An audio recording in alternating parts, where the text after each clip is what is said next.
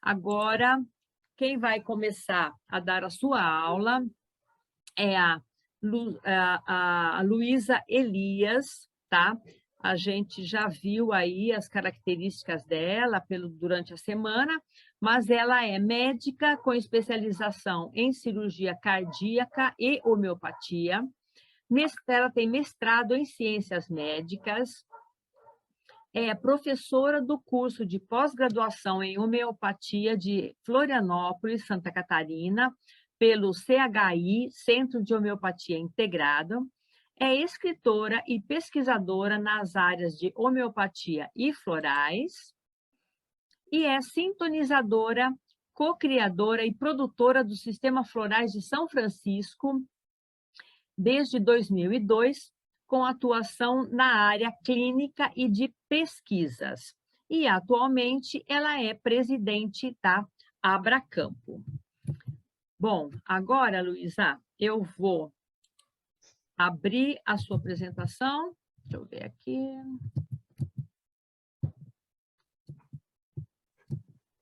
Ok, está aqui. Vamos lá.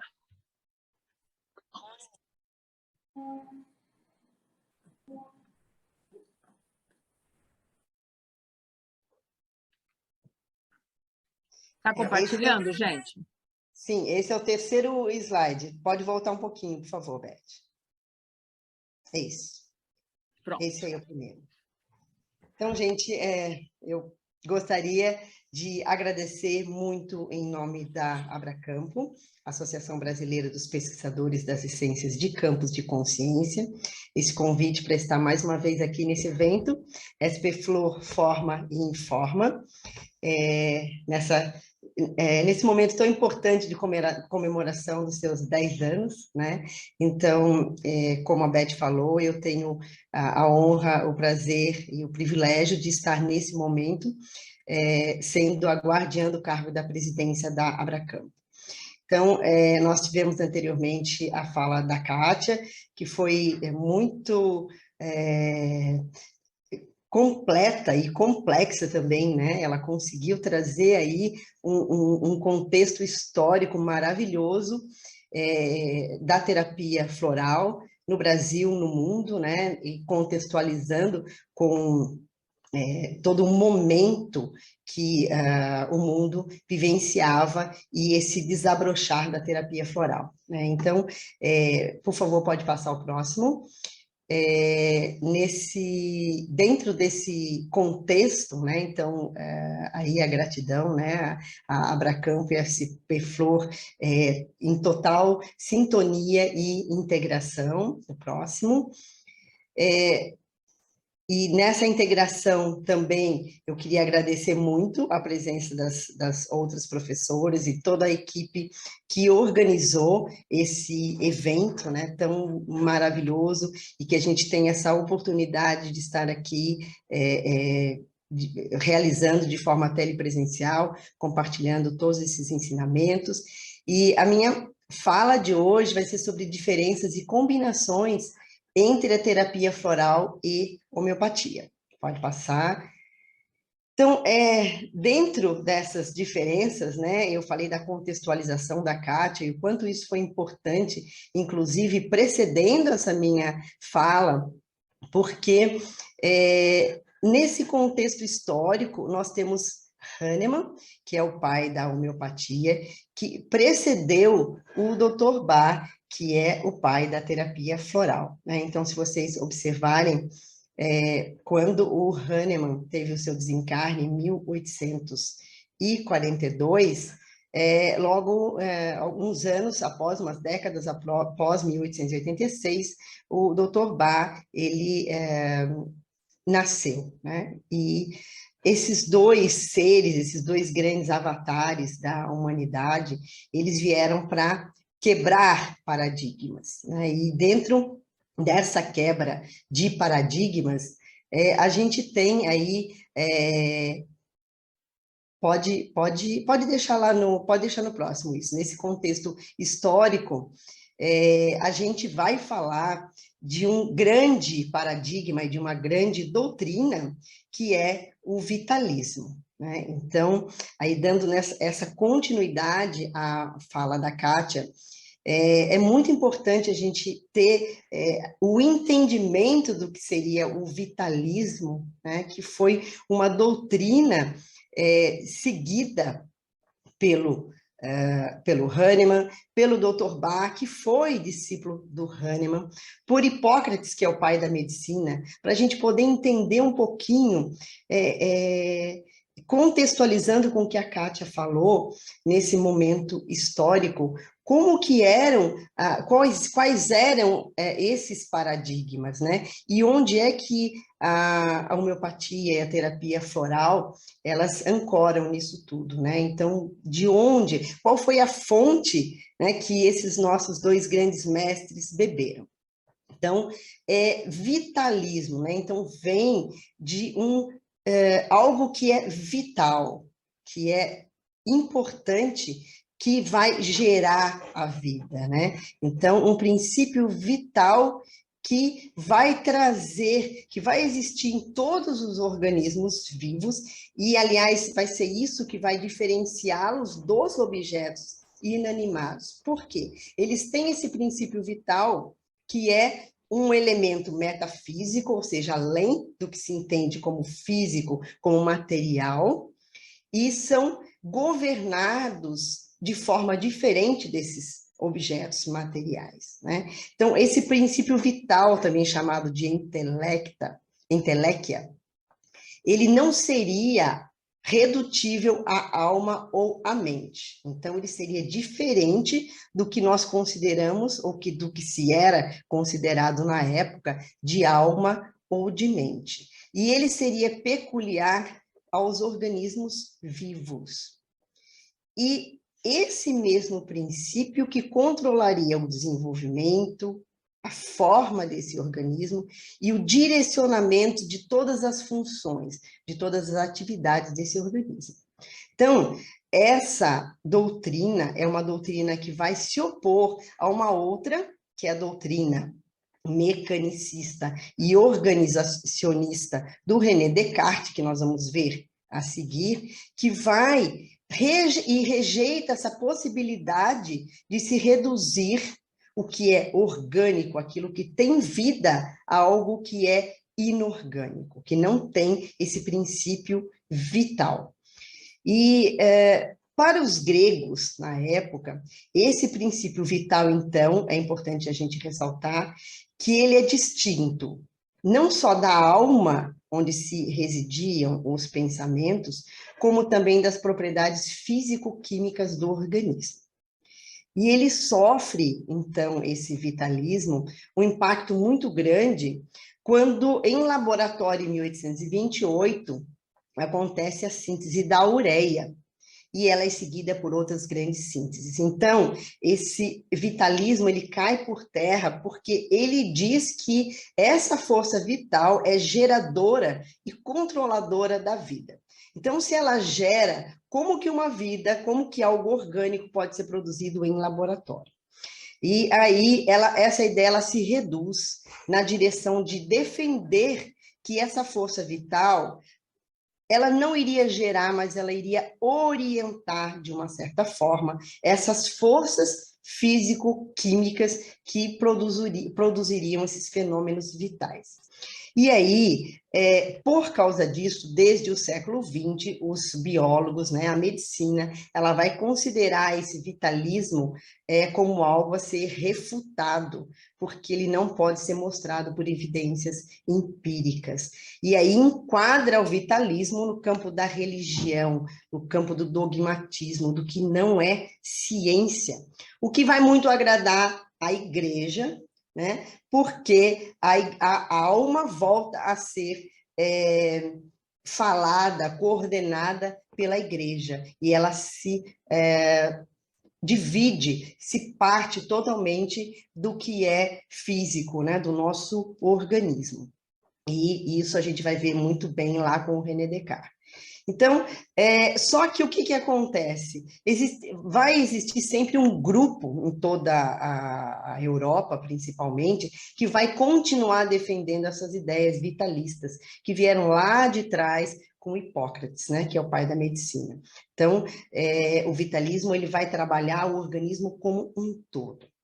E aí, no Renascimento, com Paracelso, essa doutrina ela vai ressurgir. Então, essa concepção metafísica da vida situada em posição intermediária entre o materialismo e o espiritualismo é que vai ser a concepção vitalista, né? E, como eu já falei, ela vem das doutrinas gregas. Pode passar?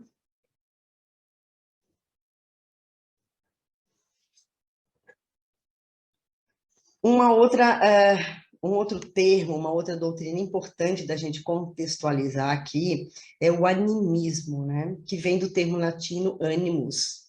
Então, aquilo que anima a alma e que dá vida, né? Então, é uma cosmovisão em que entidades não humanas, então, de vários outros reinos, animais, plantas, e também muitos objetos inanimados ou fenômenos, também possuiriam uma essência espiritual.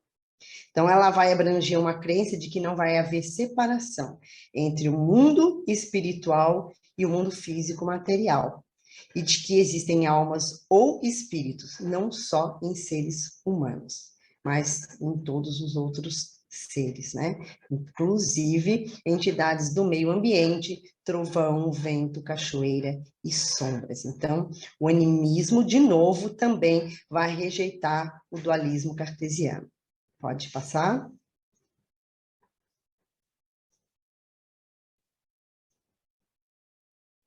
Então, falando, né, um pouquinho mais do vitalismo na Grécia, ele vem lá de trás, né? A gente fala do Hipócrates, mas vem muito antes de Hipócrates, inclusive do pai do Hipócrates, que também era médico, né? Ele foi discípulo do pai dele.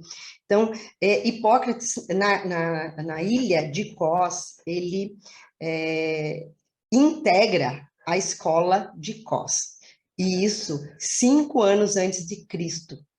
E essa escola é considerada a primeira escola formalmente instituída de medicina na história. Então, Hipócrates, ele pregava uma ciência que priorizava o enfermo como uma unidade. E a doença, já para ele, era vista como uma perturbação desta unidade, e não como um processo independente de todos os seus órgãos. Então, ele já tinha essa visão de que não era o órgão que adoecia. Então, o enfermo, dentro dessa sua unidade, que inclusive ele coloca a alma, integrando essa unidade, que adoece, e é ele que merece ser visto, é ele que merece ser tratado e cuidado. Então, essa escola, ela procurava ressaltar também, além dos aspectos físicos, né, do adoecimento físico, qual era o temperamento e a constituição daquela pessoa e como que ela se comportava diante de uma enfermidade. E aí já vem esse conceito de existirem doentes e não doenças, que é um conceito trazido pela homeopatia e também compartilhado com a terapia floral, que tem essa visão do todo, né? Então, por isso é que eu estou trazendo esse contexto do vitalismo dentro da história, de onde ele vem, que é o que a gente hoje usa muito na abordagem dos nossos clientes, dos nossos pacientes. Então, essa escola, ela esboça um princípio unificador e diretor do organismo, chamado de eidolon, que fazia parte da natureza e era considerada a psique ou a psique individual, e trazendo a mesma concepção de que hoje algumas doutrinas dão a concepção do que seria alma. Pode passar. Então, Hipócrates, né, ele viveu antes de Cristo e ele desencarnou em 337 antes de Cristo. Então, o que ele defendia é que essa alma que integra esse ser, que também tem um corpo físico, ela se desprenderia com a morte. Ela seria um sopro, chamado de pneuma, que vem de fora e vai operar as maravilhas do pensamento. Então, vocês podem perceber aqui toda uma linguagem poética, né? Então, seria uma espécie de ar que entraria no corpo do indivíduo ao nascer e que sairia, né? Se desprenderia com a morte, daria ânima, daria ânimo a essa vida e daria a essa vida também qualidades que a diferenciariam. E ela seria mais pura no cérebro, que seria a região que produziria o pensamento. Então, a vida em si seria um produto dessa alma que animaria esse corpo. Então, ele estabelece que a alma, ela impunha para esse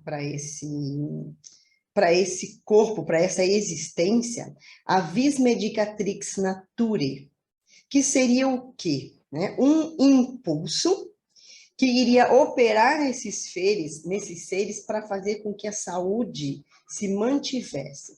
Então, ela tem em si a possibilidade da própria cura. Então, o organismo teria inteligência, teria o domínio de se autocurar. E a função do médico seria o quê? Se limitar a agir como servidor dessa força natural da alma. Então, ele iria, por isso, observar esse ser no seu contexto integral, como seria esse sofrimento, e ele iria ajudar esse ser, inclusive contextualizando dentro do ambiente em que ele vivia, né? Hipócrates falava da importância da atividade física, da importância de uma alimentação saudável, da importância das artes, da música, para que esse ser tivesse a sua saúde integral, tivesse a sua felicidade. O Hahnemann mais tarde vai falar do atingir os altos fins da existência. O Bach, ele fala de seguir o seu propósito de alma, né? Então, a alma e a força vital seriam um só princípio, o ânima. Eles atuariam como entidade que organizariam, dinamizariam e vivificariam todo o organismo. Então, a gente considera hoje Hipócrates como pai do pensamento vitalista. Pode passar? Então, essa vis medicatrix naturae hipocrática, né? Ela não, segundo Rosenbaum, não seria um sinônimo da força vital, mas ela é uma das suas propriedades. E ela não pode haver no organismo, né? Não pode haver nesse organismo uma capacidade de recuperação, de regeneração, de compensação, sem que exista essa energia, essa força vital para levar adiante essa tarefa. Pode passar. E a gente fala, então, a gente está contextualizando aqui a medicina, né? Então, nós vamos falar agora dos pensadores, né?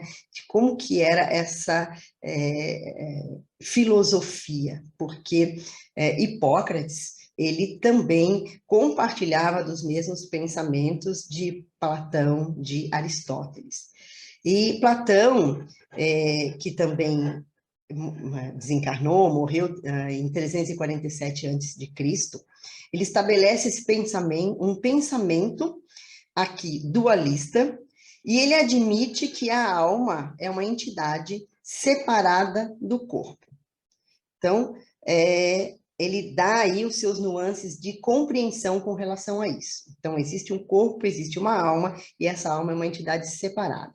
E ele vai dividir essa alma em 3 partes: razão, emoção e animalidade, e cada parte vai ter um correspondente. O cérebro corresponderia à razão, o tórax à emoção e a animalidade ao abdômen. Pode passar. E Aristóteles, que vem depois, que foi discípulo de Platão, né? Para ele, a alma também não é o corpo, mas mas não pode existir sem ele. Assim como não há luz sem um objeto luminoso. Então, as funções da alma seriam a de nutrir esse ser e de nutrir o pensamento. Mas ele entende que existe uma unidade de corpo e de alma, que é diferente um pouco desse dualismo platônico, que é muito parecido com o que o Hipócrates considera. Então, a alma, ela forma e dá vida a esse corpo, o que o diferencia da matéria bruta. E ele também confere à alma uma concepção de substância. Então, Aristóteles e Hipócrates representam os principais pensadores animistas e vitalistas. Pode passar. E aí nós vamos ter também, vindo da Grécia, né, da ilha de Cnido, né, e ele funda a escola grega de Cnido, e depois ele vai para Roma. Então, Galeno, que era um médico grego, e aí vocês vão observar aqui, então, que ele nasceu em 130 depois de Cristo, né, bastante tempo depois. Ele era de Hipócrates, né, então ele era um médico grego, e ele, diferentemente de Hipócrates, ele priorizava a parte em detrimento do todo. E aí, entre aspas, ele materializa a alma. E ele também leva adiante a teoria dos humores, que não é dele, né? Essa teoria dos humores já vem lá de trás, também da escola de Cos, com o Hipócrates. Mas ele fala muito dessa teoria dos humores, mas considerando e tratando esses humores de uma forma que ele vai embasar toda a medicina dele, e que, de uma certa forma, influenciou muito a medicina que vem em seguida, que é a medicina medieval e vai até o século XVII, né? Então, ele diz que a saúde estava vinculada à combinação harmoniosa desses 4 humores que eram identificados na época, que ele coloca a correspondência, não ele, né, mas isso já vem lá de trás, mas ele leva isso adiante, a correspondência com os 4 elementos, e também com alguns órgãos. Então, o sangue estaria representado pelo fogo e pelo coração. A bilis negra pela terra e pelo baço. A bilis amarela pelo ar e pelo fígado. E o fleuma, ou linfa, pela água e pelo cérebro. E ele, então, seguia os ensinamentos dessa escola grega de Cnido, e ele foi o maior representante. E ali ele firma esse princípio dos contrários, que é contrária, curentur, que influenciou a medicina dos nossos dias. Esse princípio dos contrários já era visto por Hipócrates, mas também o princípio da semelhança ou da similitude. Mas aqui o Galeno, ele dá muito mais ênfase a esse princípio dos contrários, então a cura pelo contrário, pelo anti, né, que a gente vê até hoje na medicina alopática, na medicina tradicional, né? A gente combate um sintoma, uma doença, com alguma coisa que vai suprimir. Então, nós temos os antihipertensivos, os anti-inflamatórios, os analgésicos, que são os antidores, né? E assim por diante. Pode passar?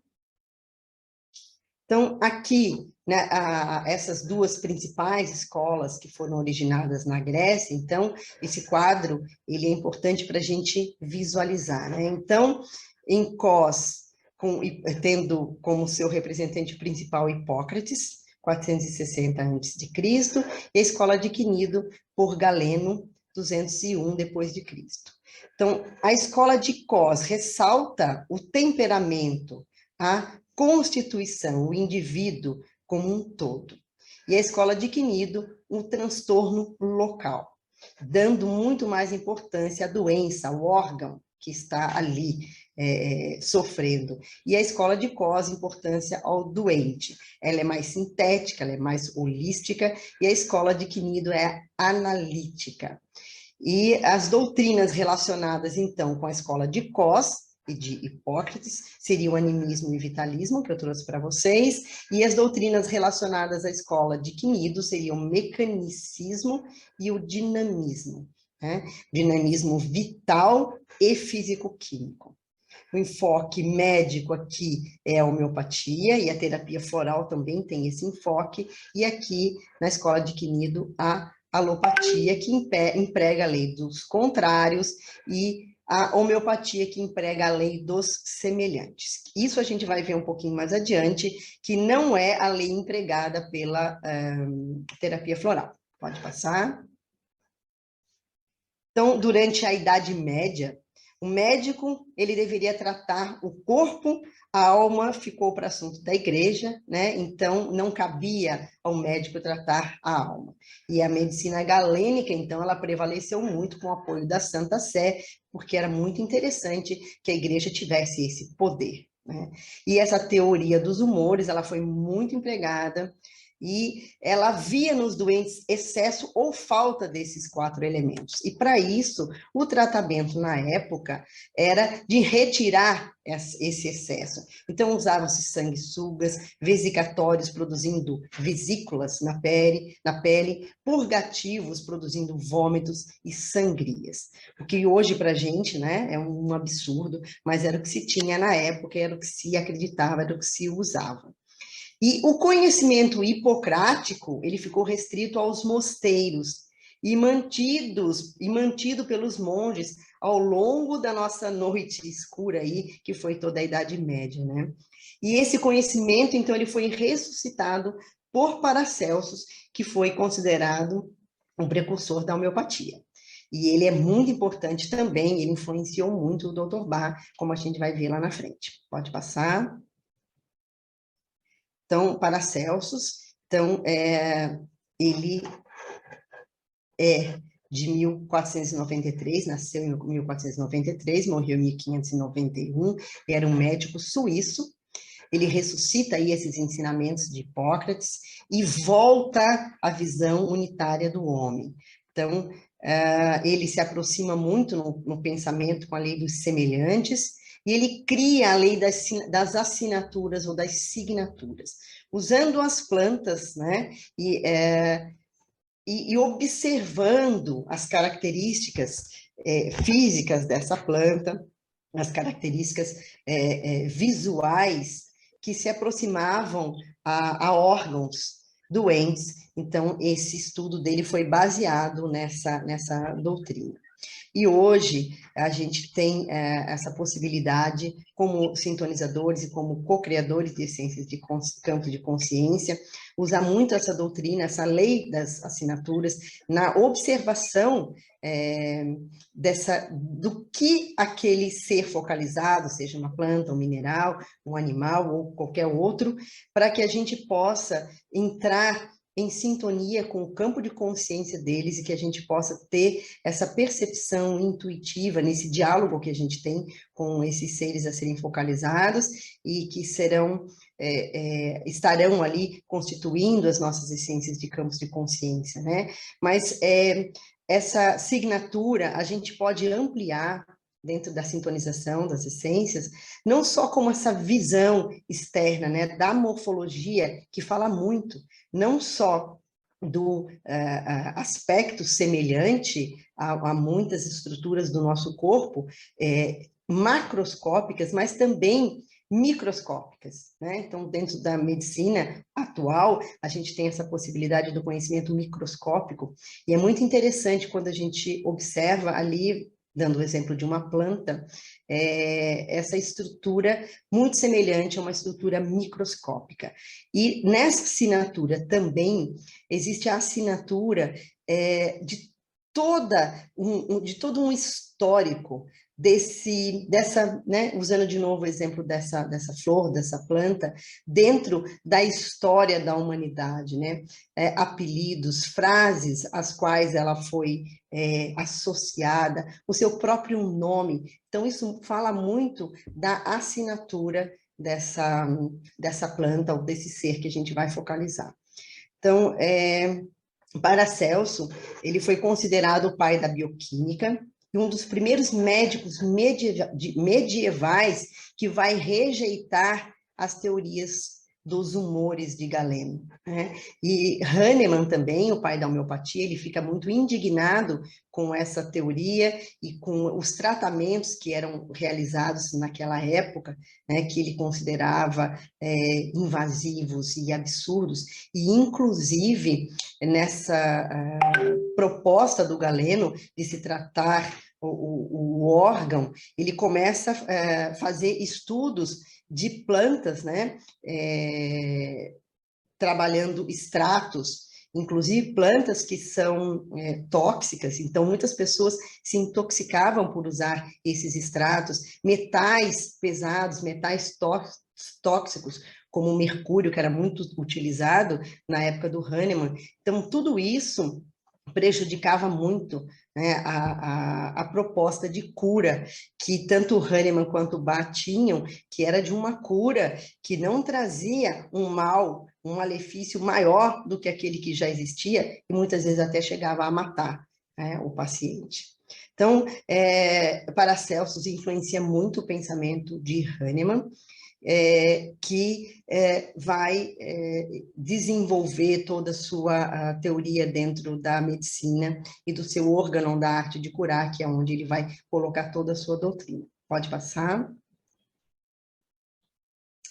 Então, a gente já falou aí do René Descartes, né, que foi um filósofo francês muito importante, até hoje ele é muito importante, ele trouxe muito conhecimento para a gente, ele estruturou muita coisa, então ele trabalhava e colocando, tentando resolver grandes enigmas da filosofia e da ciência, usando a razão para alcançar a verdade. Então, ele empregou um método analítico que deu origem a um reducionismo que consistia em decompor pensamentos e problemas em partes mínimas e dispô-las em uma ordem lógica para que ele pudesse compreender tudo isso.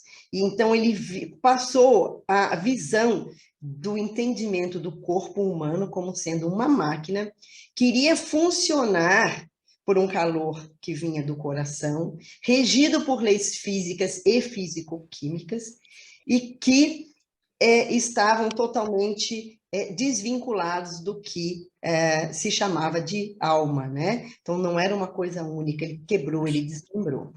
E essa concepção vital é classificada como dinamismo e pressupõe a existência de forças que agem no organismo e que vão determinar os seus movimentos. Pode passar? Então, essa influência do René Descartes, ela foi muito importante para esse surgimento do pensamento moderno na época. E ele se estendeu à medicina e se estende até hoje, né? Então, eles racionalizaram a compreensão do homem, distanciando daquele animismo hipocrático que a gente já viu, né? E ele identifica essa alma como uma essência do pensamento. E aí é onde ele profere a famosa frase, penso, logo existe. Então, existo. Então, o pensamento estaria relacionado à alma e todas as outras funções relacionadas a interações físico-químicas do organismo, do corpo físico.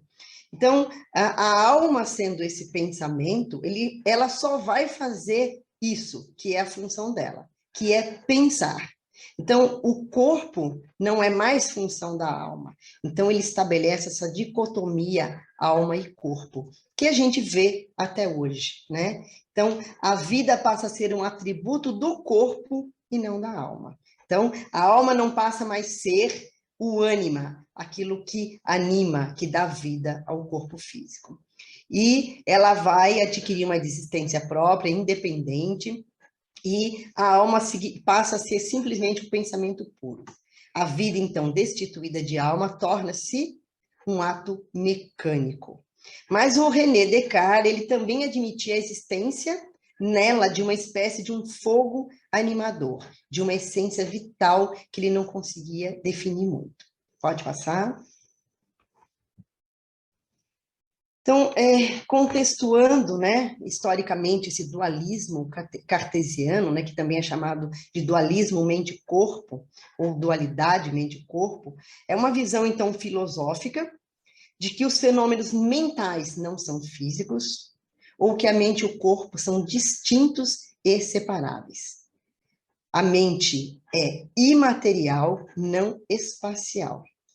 E ali ele identifica a mente como consciência e autoconsciência e a distingue do cérebro como sendo a sede da inteligência. Então, e só os humanos é que possuíam essa mente que proporcionava consciência, racionalidade, né, inteligência e livre escolha. Pode passar.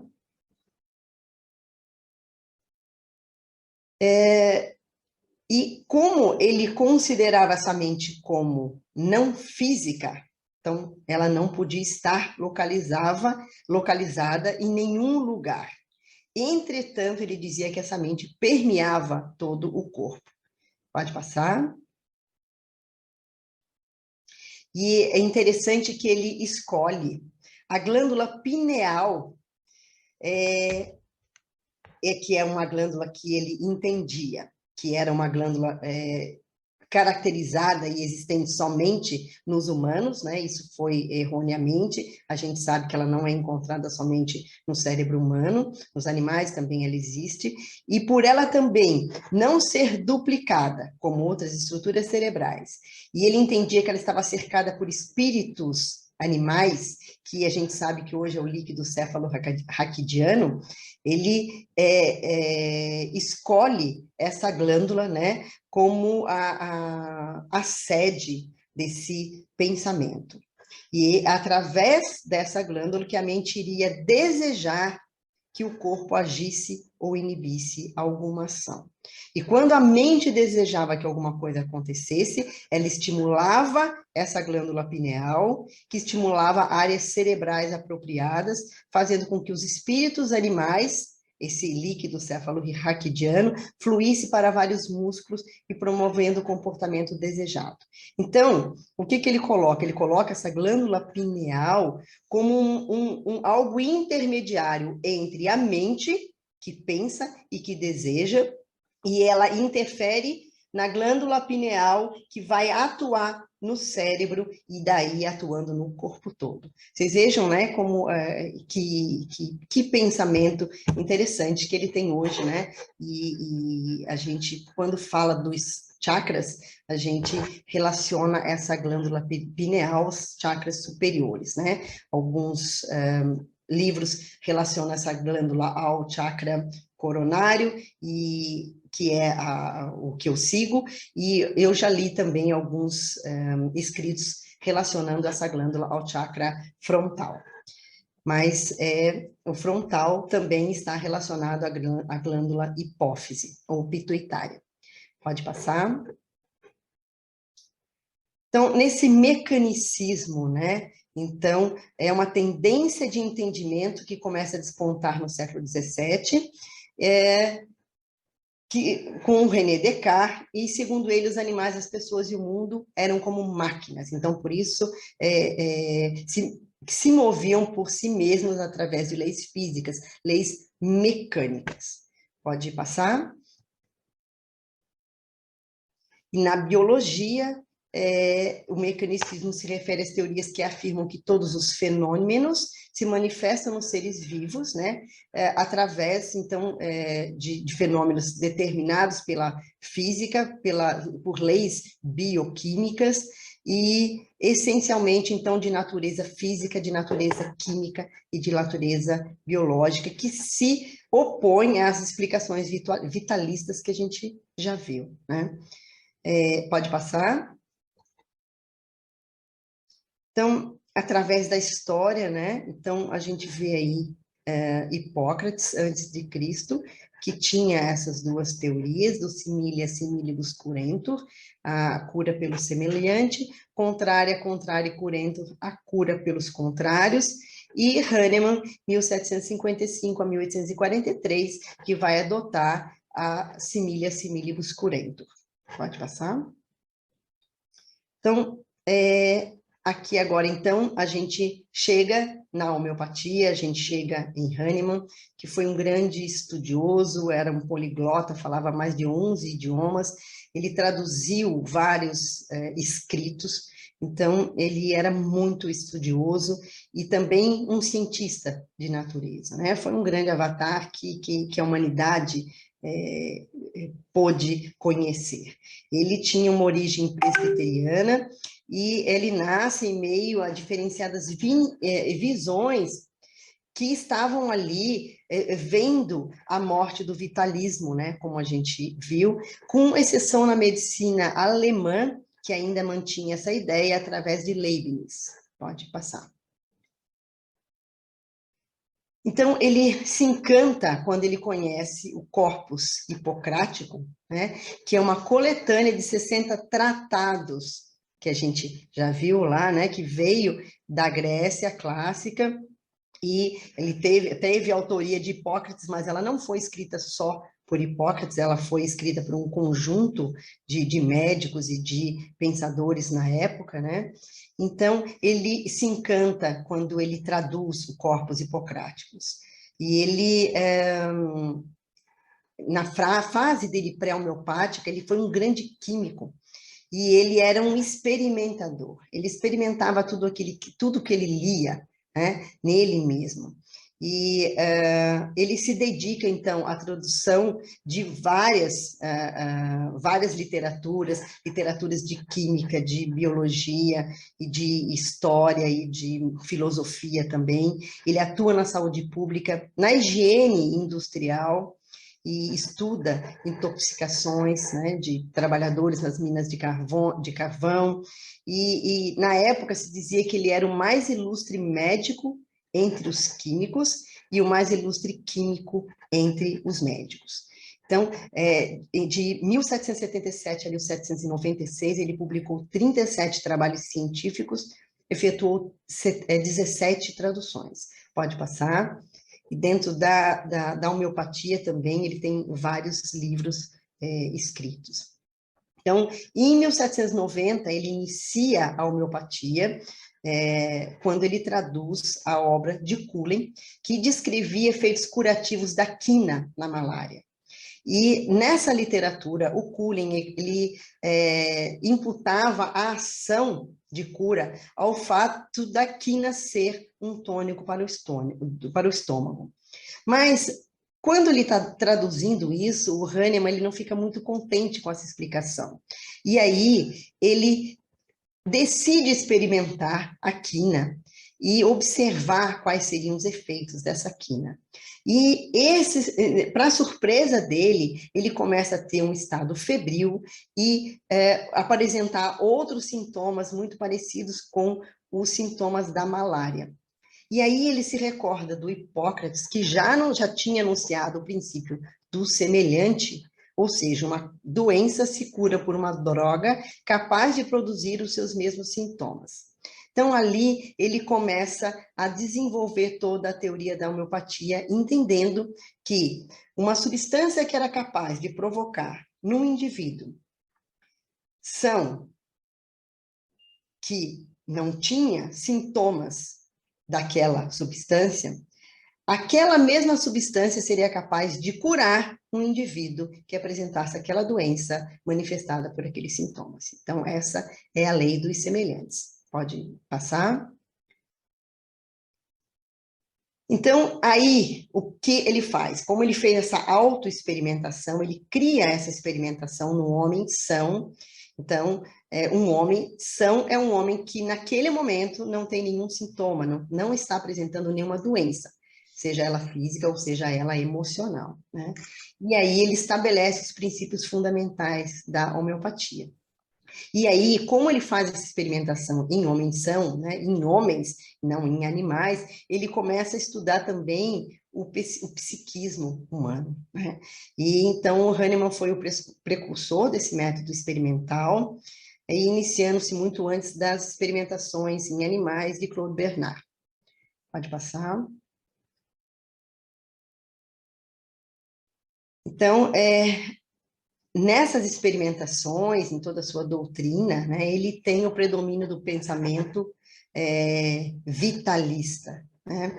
E ali, em contrapartida com o pensamento materialista que estava em vigência, com o vitalismo sendo já definitivamente banido da medicina.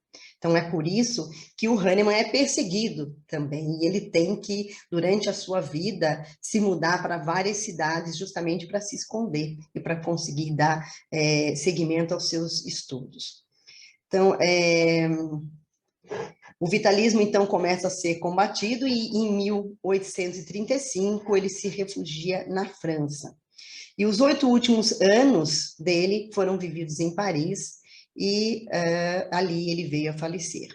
A homeopatia unicista, com seus postulados, foi basicamente formulada nessa fase francesa da vida do Hahnemann, quando ele se dedica a escrever sobre as doenças crônicas. Mas muito antes disso, ele já vinha fazendo as suas experimentações e fazendo todo um compilado da sua matéria médica. Pode passar. Então, desde Hipócrates, o Hahnemann foi o maior pensador médico vitalista, né? E foi inspirado por eles. E graças a ele, o vitalismo sobrevive até os nossos dias, muito apesar, né? Muito apesar dos avanços da medicina no campo orgânico, que aqui não cabe a crítica, porque o René Descartes, com a sua sistematização do método, ele deu um grande avanço à pesquisa, à ciência, né, e ao estudo do funcionamento desses órgãos. Isso é muito importante. O que a gente, hoje, dentro desse pensamento vitalista, a gente atuando, a gente quer integrar, né, todo esse conhecimento, essa visão que a medicina alopática trouxe com o estudo, né, e a pesquisa também do que seria esse algo, né, que foi chamado de alma, que foi chamado de energia vital, que é chamado de campo de consciência, mas que não são a mesma coisa, né? Isso a gente vai ver depois, com esses estudos também, com a pesquisa disso que é imaterial, disso que não é palpável, né? E que integra todo esse corpo físico que a gente tem. Então, em oposição a Hipócrates, o que foi diferente, né, de Hahnemann com Hipócrates, ele considera que essa vis medicatrix naturae, ela era impotente para curar o organismo. Ele concebia a ideia de que ela existia e que o ser, enquanto equilibrado, ele poderia dispor dessa força natural de cura e se curar. Mas isso não acontecia, e não acontece até hoje. Porque se isso acontecesse, ninguém adoeceria. Né? Essa via natural de cura, ela estaria sempre atuando, impedindo o adoecimento, então atuaria como preventiva.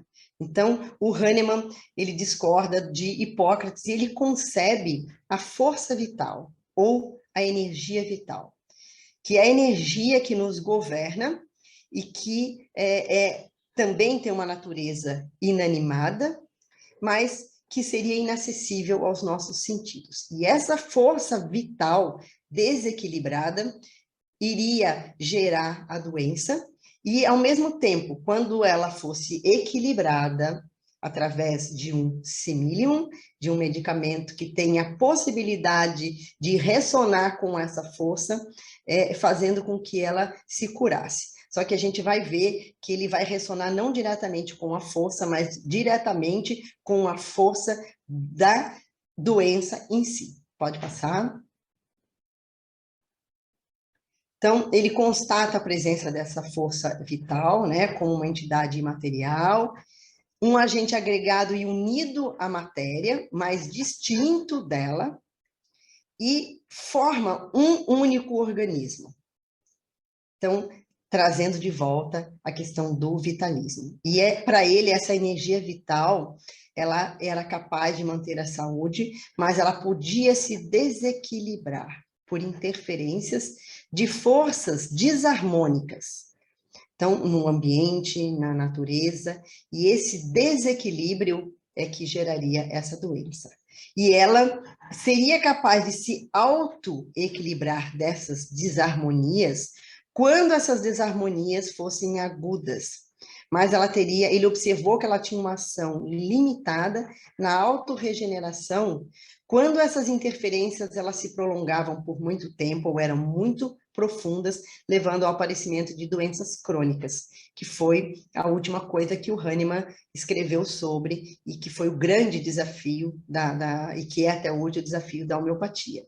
Então, mas que aí ele desenvolveu todo um método também de dinamização dos seus medicamentos e de forma de tratamento, justamente para tratar essas doenças que não seriam agudas, que seriam crônicas.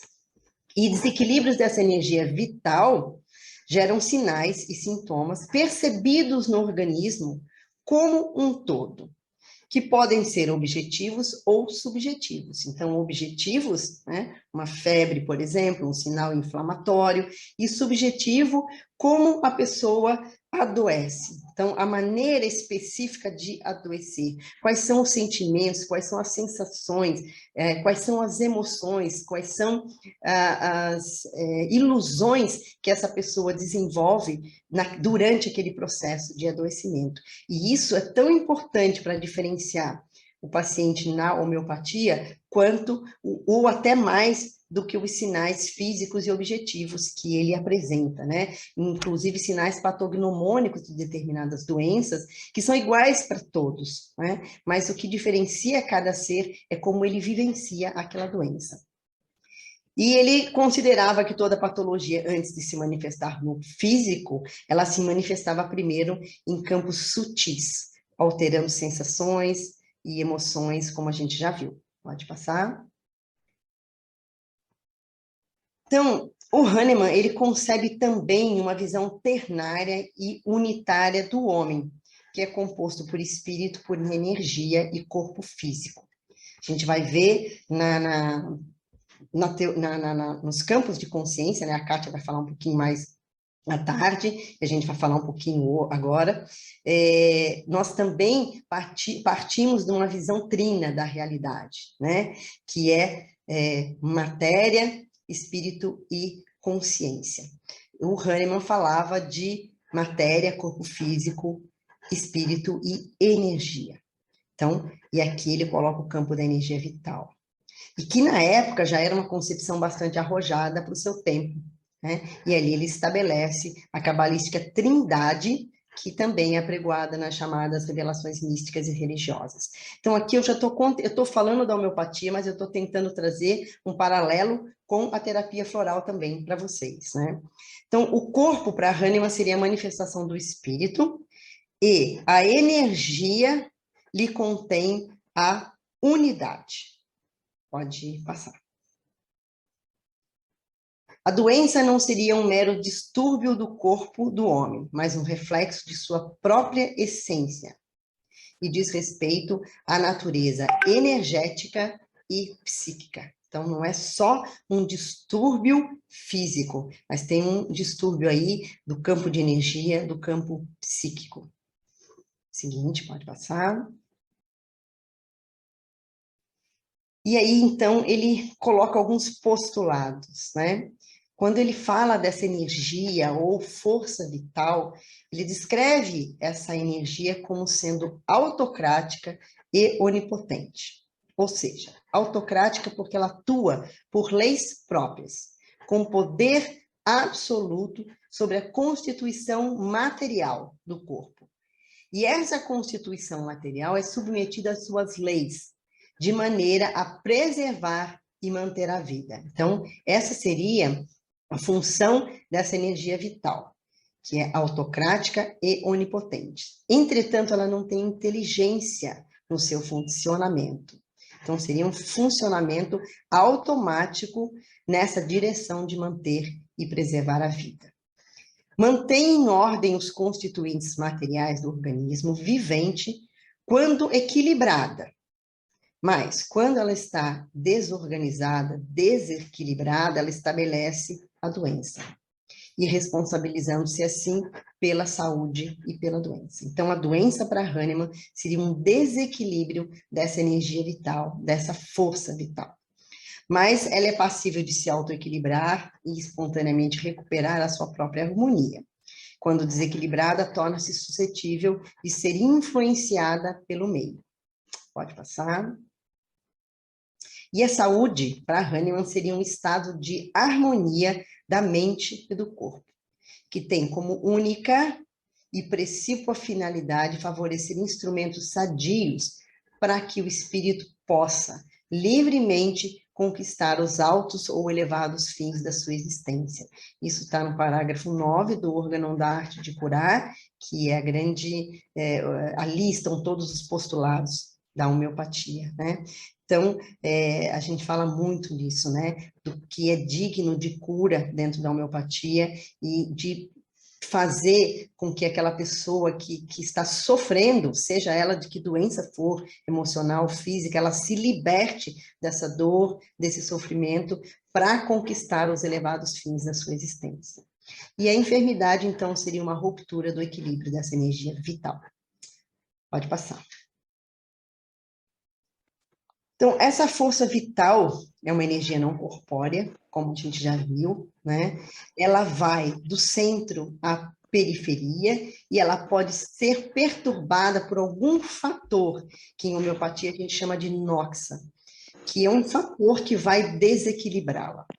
Pode ser um fator do meio ambiente, um fator físico, um fator químico, uma intoxicação, por exemplo, de algum medicamento, uma intoxicação de alguma substância alimentar, pode ser uma intoxicação emocional, né? Então, tudo isso perturba essa força vital.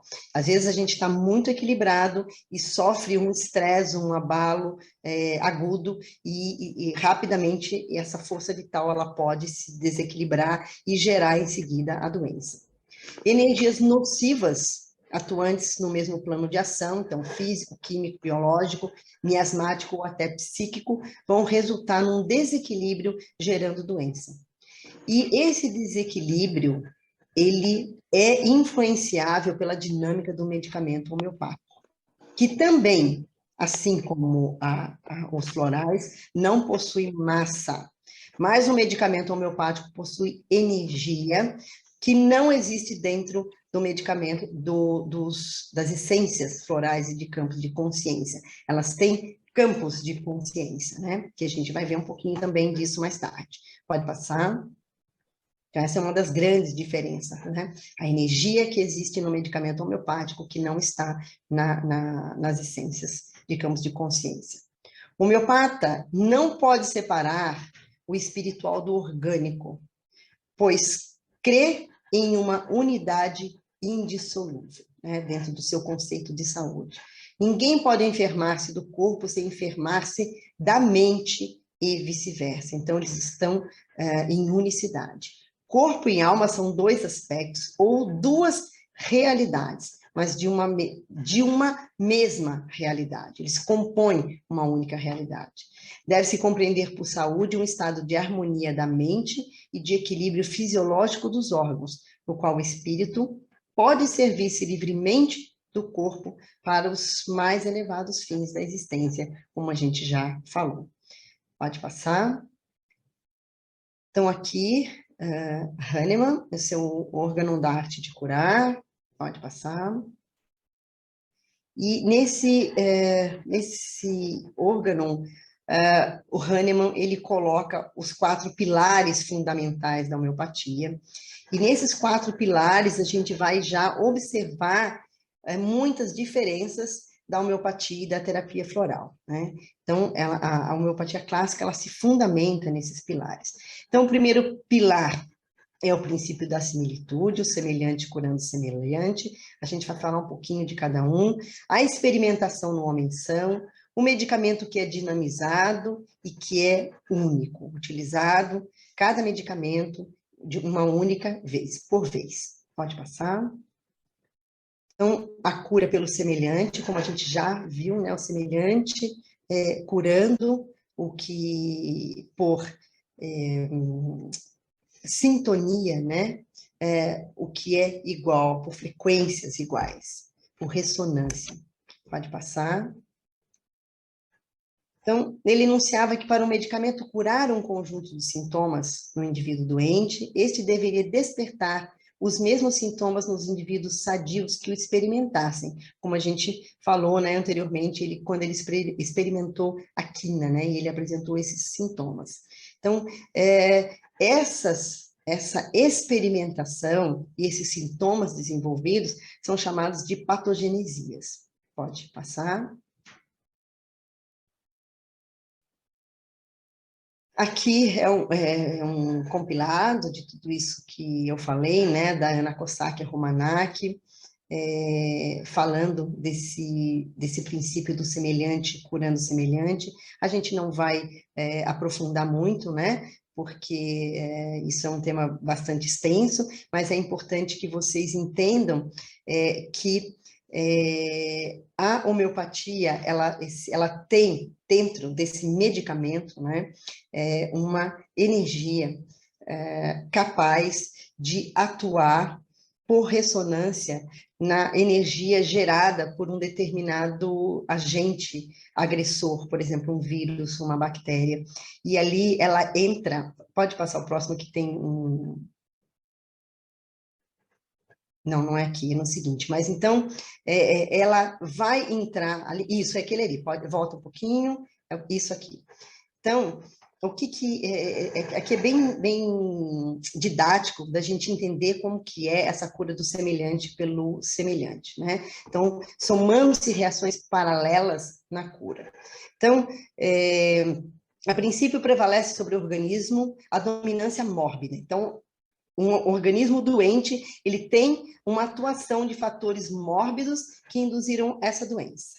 Tá? Então, pode ser um agente causal, um vírus, uma bactéria, um fungo, ou até mesmo algo emocional, né? E que gere uma doença física, baixando a imunidade, entrando em ressonância com a frequência desses agentes e produzindo essa doença física. Então, o organismo reage de modo não suficiente.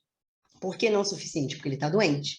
Então, aquela via de cura natural, dita por Hipócrates, ela não está funcionando aqui. Então, mantendo-se em estado de exteriorização, sob forma de sinais e sintomas. Então, a doença, ela tem os seus sinais, ela tem os seus sintomas.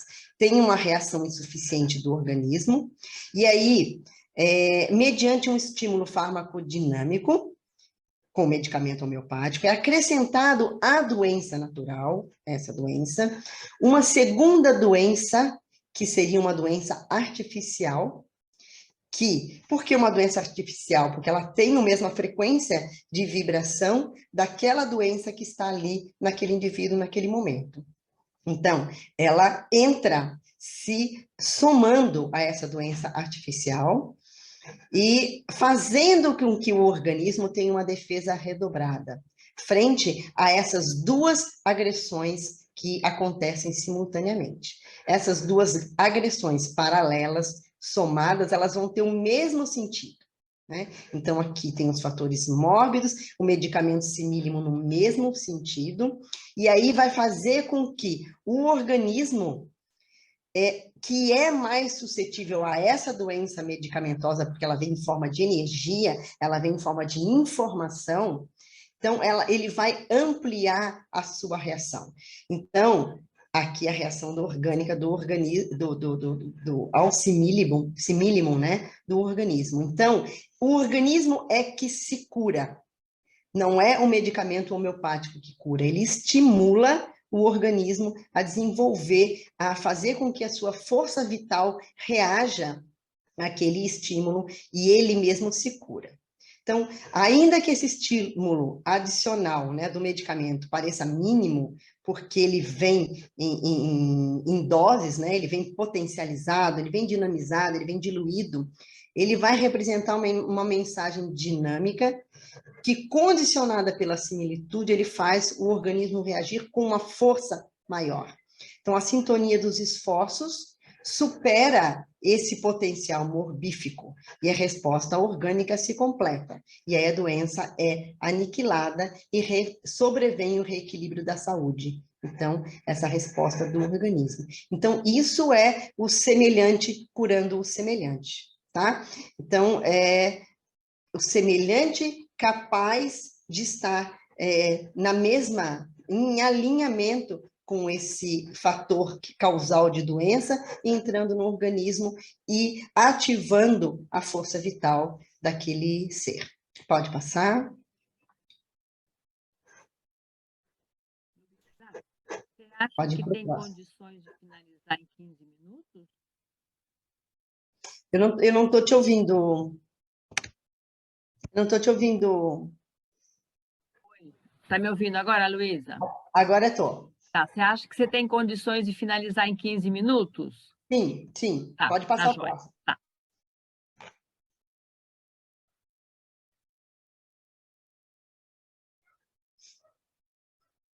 Então, porque agora aqui, gente, o mais pesado, né, entre aspas, para quem é da terapia floral, que são esses conceitos de homeopatia, né, eles já foram falados.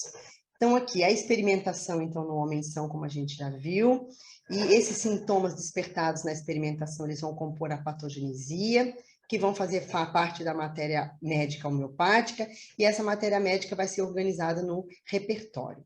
E a gente tem também o repertório das essências florais. Pode passar. O medicamento dinamizado, então, ele passa por uma diluição e por uma agitação, que é chamada de sucção, que vai despertar esse poder, né, potencializa. Então, aqui também uma grande diferença da terapia floral e da homeopatia. A homeopatia não, os florais não são dinamizados, embora eles sejam diluídos, mas eles têm 3 diluições básicas, né, que a gente vai ver. Em contrapartida, a homeopatia tem diluições infinitas, né, e eles de maneira nenhuma eles são agitados e succionados. Pode passar. Então, o medicamento único, né, preconizado por Hahnemann. Então, cada organismo, cada medicamento deve ser utilizado de uma única vez e para que esse potencial de cura nele, de despertar essa energia vital, ele tenha o seu poder máximo de atuação. Pode passar. Então, na homeopatia, como a gente já viu, não existem enfermidades, existem enfermos. O Dia Nacional da Homeopatia é o dia 21 de novembro. Pode passar. Então, essa diferenciação, como a gente já colocou aqui um pouco, né, dos medicamentos homeopáticos e das essências de campos de consciência. Então, em 4 aspectos básicos, né? Na filosofia, na forma de preparação, na atuação e na natureza essencial. Então, aqui a gente tem tanto aspectos semelhantes quanto diferenciação. Pode passar. Então, na origem da doença, né, a gente já falou ali do vitalismo. Pode passar. Então, a visão do Bach era muito próxima à visão do Hahnemann, né? No sentido de que ele acreditava que a origem da doença não é material, né? Não eram as bactérias, os vírus ou qualquer agente causador da doença, né? E ele percebeu também e postulou que o doente devia ser tratado e não a doença, né? Então, a principal diferença na filosofia é a forma como seria restaurado o equilíbrio do indivíduo. Então, na homeopatia, através de um medicamento, como a gente já viu, semelhante à doença, estimulando a força vital a reagir, e na terapia floral, através de virtudes carreadas pelas essências florais e de campos de consciência, opostas aos vícios da personalidade. Pode passar. Então, a gente sabe que o Dr. Bach dizia que uma desarmonia, né, entre a personalidade e o propósito de alma é que gerava a doença. Então, eu não vou falar tanto dessa filosofia do Dr. Bach, porque é uma coisa que a gente conhece muito, né? Pode passar. E, então, para Hahnemann seria um desequilíbrio da energia vital, para Bach, causada pelo conflito entre a personalidade e o eu superior. Então, as essências de campos de consciência, elas facilitam o cultivo dessas qualidades e de virtudes no campo da alma e da consciência de um indivíduo. Isso, a Kátia vai falar um pouquinho também mais à tarde, por isso que eu não vou falar tanto. Pode passar. Então, na proposta terapêutica, né? Então, aqui, os terapeutas realizam um trabalho de educação, né, de consciência, informando sobre a importância do cultivo das virtudes, né, e qualidades que vão trazer harmonia nas nossas vidas, independente do quadro de saúde que aquele indivíduo apresente-se, né? Então, uma terapia que lida com conteúdos subjetivos, e aqui também a homeopatia unicista, ela vai trabalhar isso também, né? Então, nem todos os homeopatas, alguns homeopatas organicistas que estão mais focados na cura da doença em si e não trabalham como um todo, né? É uma homeopatia que também funciona, mas aqui nós estamos falando da homeopatia clássica, unicista, trazida por Hahnemann. Pode passar. Então, nas formas de preparação, né, as essências de campos de consciência são produzidas no laboratório da natureza, né, e ali elas estão interagindo, integrando, interconectadas, né, se harmonizando com as consciências de várias expressões físicas, energéticas, de todos os seres vivos ali presentes, né, não só da essência do que será focalizado, né, mas de toda uma egrégora ali presente. Pode passar.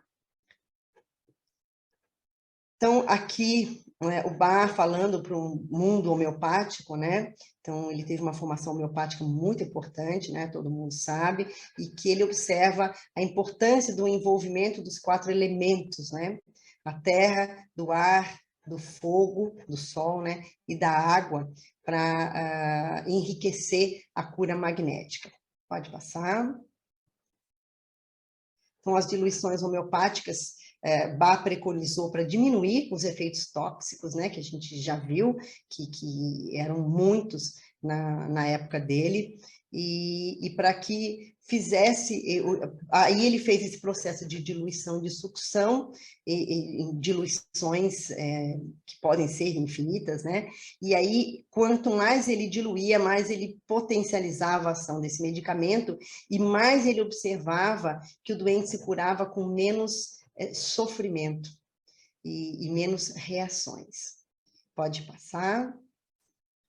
E então a gente tem as diluições decimais, 1 para 10, 1 para 100, 1 para 50 mil, né? E as essências de campos de consciência sofrem diluições, mas muito diferentes, e de nenhuma forma elas são succionadas. Pode passar.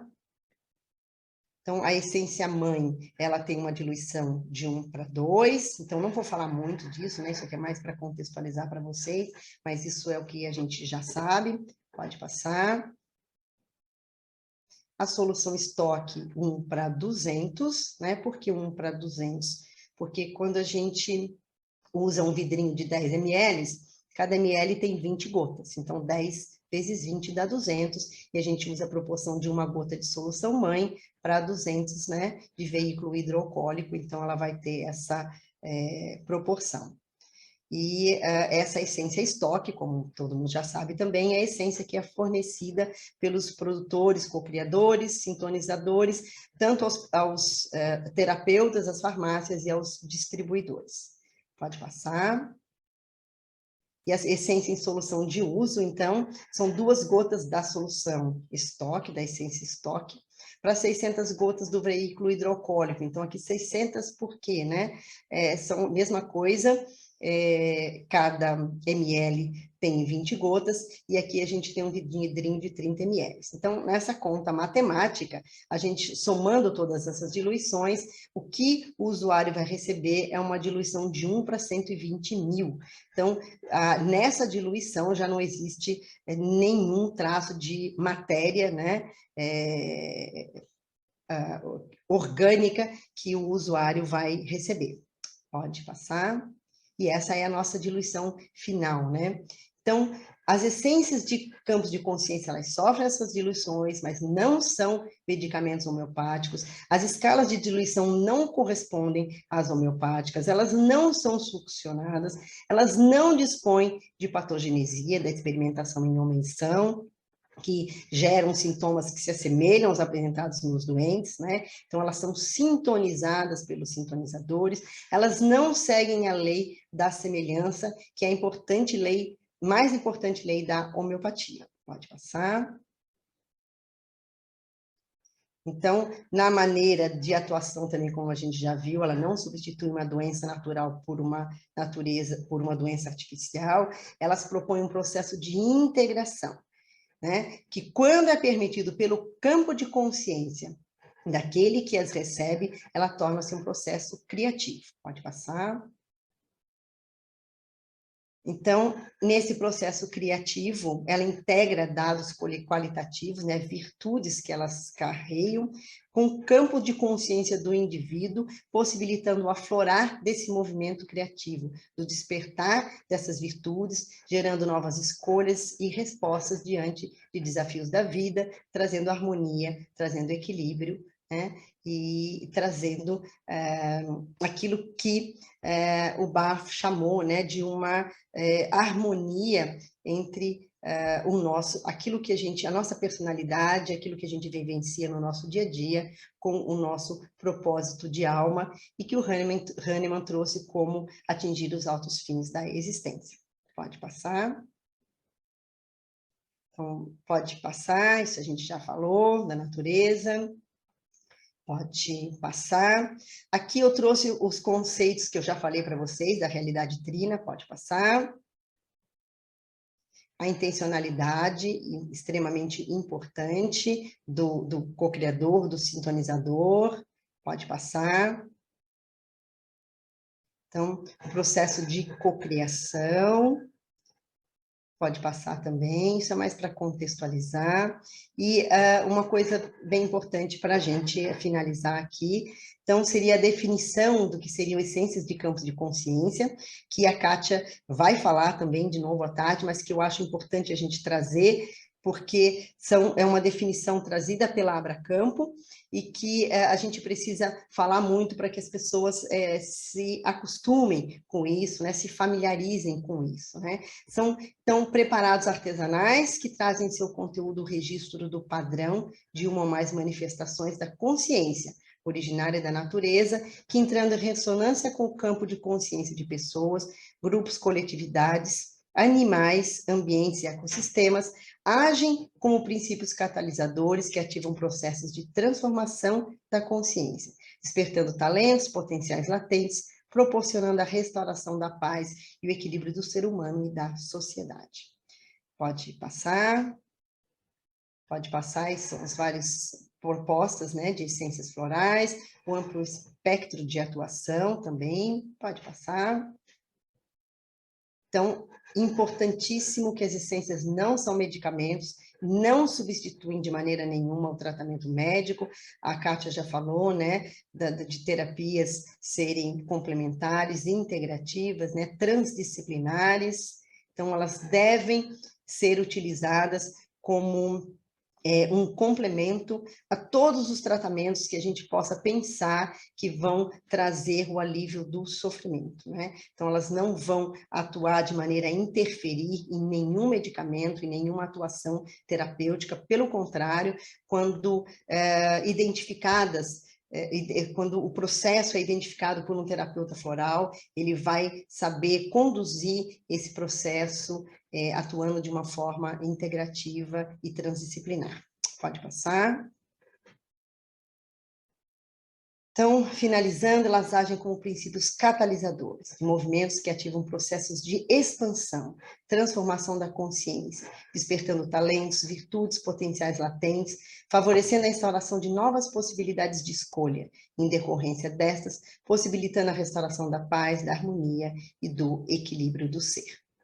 Pode passar. Então, aqui, mais uma vez, né, agradecendo a oportunidade, pode finalizar, por favor, Beth, a apresentação, de estar aqui, né, com vocês, nesse evento tão maravilhoso, tanta coisa para a gente falar, né? Foi além do tempo, mas além da linha do tempo também, né, Kátia, que a gente teve que colocar aí, são muitas diferenças, a homeopatia é um compêndio, né? A gente fica anos estudando, então trazer aqui, porque falar de semelhanças e diferenças de uma coisa que vocês não conhecem, primeiro eu preciso trazer ao conhecimento o mínimo, né, da homeopatia para vocês conseguirem entender aí, né? Muitos médicos não têm a mínima noção da diferença de homeopatia com a terapia floral, muitos homeopatas, né, nem conhecem terapia floral, assim como muitos alopatas não conhecem a homeopatia, né? Então a gente tem aí um dever muito grande de colocar isso para vocês. Então, gratidão enorme em nome da Abracampo, por essa oportunidade de estar aqui compartilhando com vocês tudo isso.